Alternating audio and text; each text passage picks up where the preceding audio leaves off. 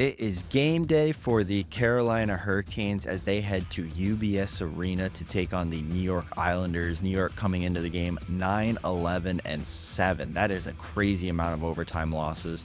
And then Carolina coming in 14-6-1 heading into tonight's matchup as we take a look at the numbers. Carolina once again leading in pretty much every stat minus the faceoff percentage. Carolina with a 28.2% power play now after scoring a big power play goal in the Colorado game just the other night. PK took a little bit of a tumble with a couple penalty kill goals last game. But Carolina, first time this season, I think, that we're going to be losing the faceoff circles. Let's see how that wraps up. But as we're taking a look at the Islanders' numbers, still struggling to score and keep the puck out of the net. But I'm going to pass it over to you, Dad. What are you seeing from the numbers for tonight's matchup? I think the Islanders they're always a tough team to play against because they play such a boring style hockey. So you just it's all about puck possession for them. So as long as we can if we can win that faceoff component, then we gain more puck possession. And then so I think that's going to be the key to this game because the Islanders are for some reason they try to get to the game to overtime. That's what they play for. They play towards getting a point. That's how they played the last 2 years. And we were at a game last year and they did the same thing. They just controlled the puck. They kept it in, they didn't apply any offensive pressure, but, so I think the key to this game and your highlight is absolutely perfect is that if we win the faceoff percentage, we win more faceoffs, we gain more puck possession. We don't give them the opportunity to stall the game. And I think that's going to be the key to this game is getting to, getting pucks through early, getting shots through, because of, they're not a great offensive juggernaut. And they're not quite honestly, not a great defensive team either. And I think, their coach will tell you the same thing. That's one thing we're strong at is on our defensive side. And if we can get out ozone pressure right away, I think this game, can and likely will come to the Hurricanes fairly easily. Yep. And taking a look at the players to watch for the Islanders. Anders Lee off to a pretty good start this season. 27 games played, 21 points, leading the team with 11 goals through that and in points.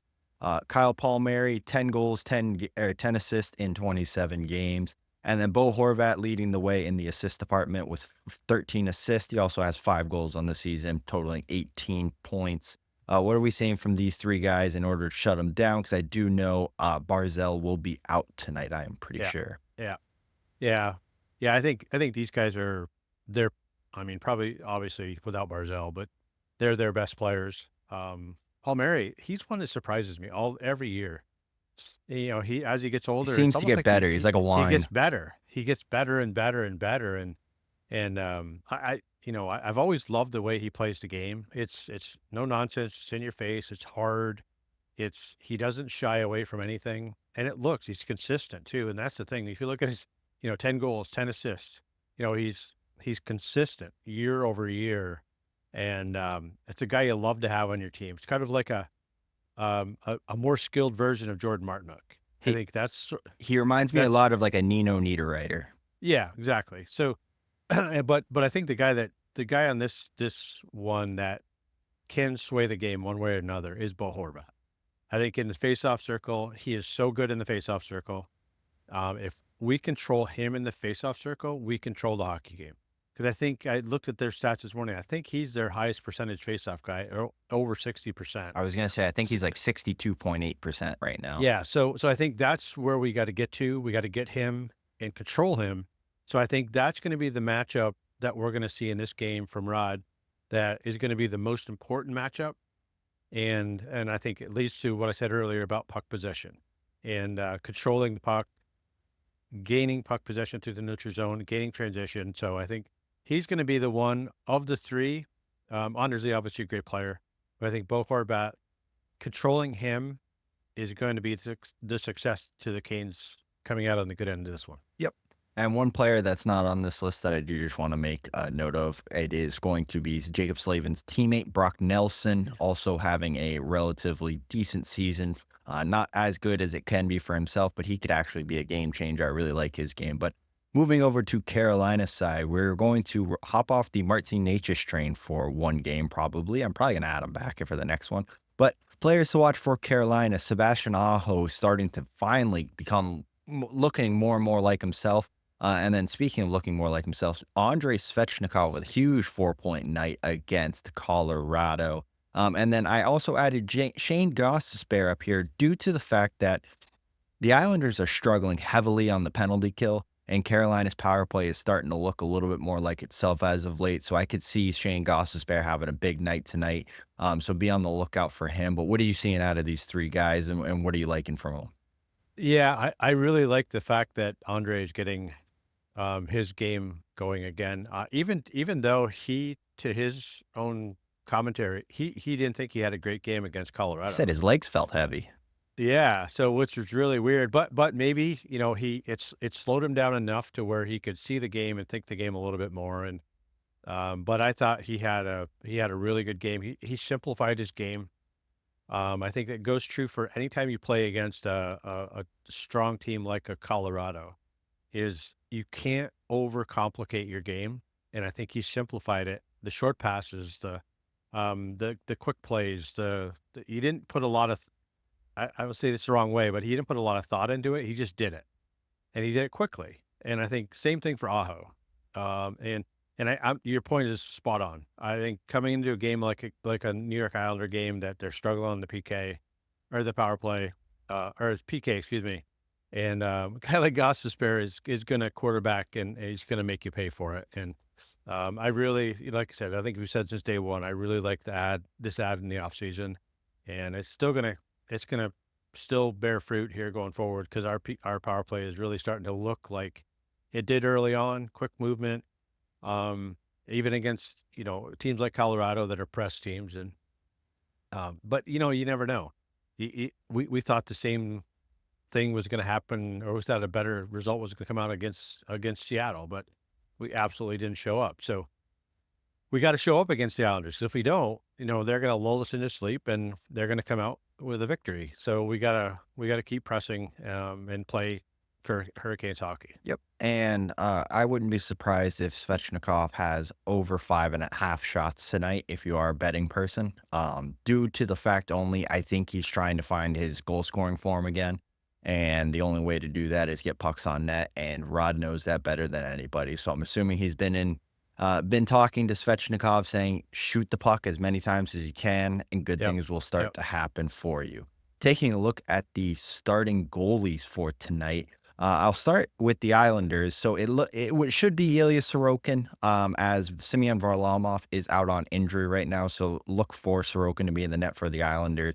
17 games played, 6-7-1 record, 9-1-0 and a 2.62. So better numbers than he had last year. So look for a little bit better version of that Ilya Sorokin from last year. And then taking a look at Carolina, we could see Dustin Tokarski make his first start as a Hurricane either tonight or against San Jose. But I have it pinned in as Pyotr Kochetkov will get the start due to the fact it's in division rival points. These are always big points. But Hmm. Kochetkov would come into the game, 15 games played, 11-3-0 record, an 8.97 save percentage with a 2.58 goals against average. I did think that Kochetkov made significant strides in the Colorado game. Yes, third period led up two. I wouldn't say two soft ones, but let up one soft one from the outside, getting beat in the 5 hole. Probably want that one back. And then the high slot, it's kind of a redirection. Hard to hard to get past Yeah. that one. But Yeah. I think overall he made big strides into growing into a little bit more confidence. I think he's struggled a little bit since coming back from injury. And I think that beating a team like Colorado will make a big change in that regard. Oh, yeah, absolutely. No doubt. I think um, and again, I'm being very cautious on how I address the Colorado game. I didn't see it. Saw a lot of the highlights, read a lot of commentary. But just going up against a team like Colorado after the game that we had as a team against Seattle. Really, really good to see that, we came ready to play. And in Rod's words, a full 60 minutes. So I think that's going to build the confidence back in the kid coming after an injury.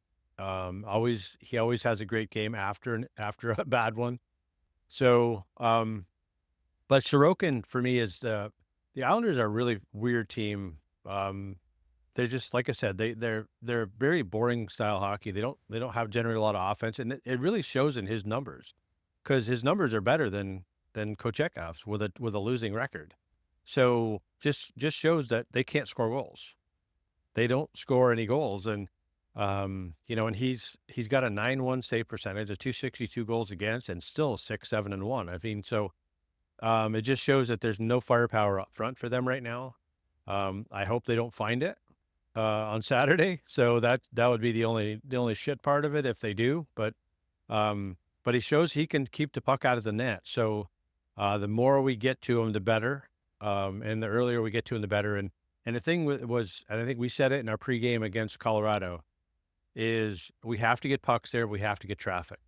And I think if you look at all the highlights, which is all I saw in the Colorado game, is we had traffic. And the power play goal by Natchez was through about 6 bodies. And how he found a hole, I have no idea, but he did. And I think the same's true for Sorokin because Sorokin's a really, really good goaltender. And when he sees the puck, he's going to save it.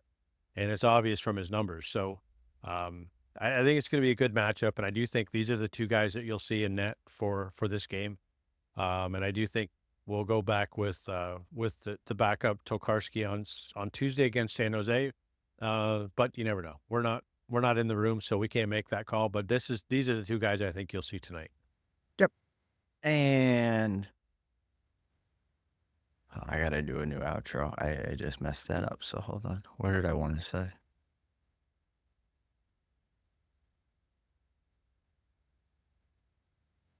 Do we want to do predictions? Oh, yeah. Okay.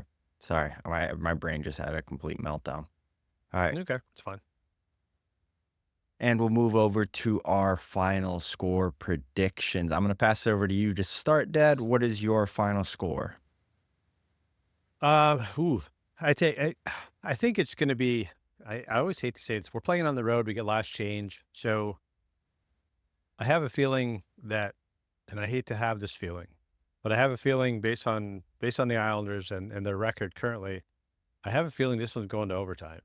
And so I would say, and based on the scoring, I would say probably 3-2 in overtime for the Hurricanes. 3-2 OT for the Canes. All right. I'm going the complete opposite. I think they found their scoring touch again from Colorado. I think they found their confidence again from Colorado. I suspect that power play is probably going to get 3 opportunities tonight, maybe 4. I think they capitalize on half, either one of 3 kind of realm or 2 of 4. I think that's going to give a big boost to Carolina. I think the penalty kill will go near perfect tonight, if not perfect, because Islanders are also struggling heavily on the power play as well too. And I think the game's going to end up being a 4-5-1 game in the favor of Carolina. I'm going to leave it at 5-1. And I think that this is going to be a pretty hands down comfortable performance by Carolina headed to UBS Arena. I mean, I hope you're right. I hope I'm completely wrong. It just, you never know with the Islanders. And I hope I lose this battle this week. That's for sure. Yep. But that is where we will leave it with you guys. Let's go Canes. Hopefully we pull off a big 4-point swing in the Metro tonight.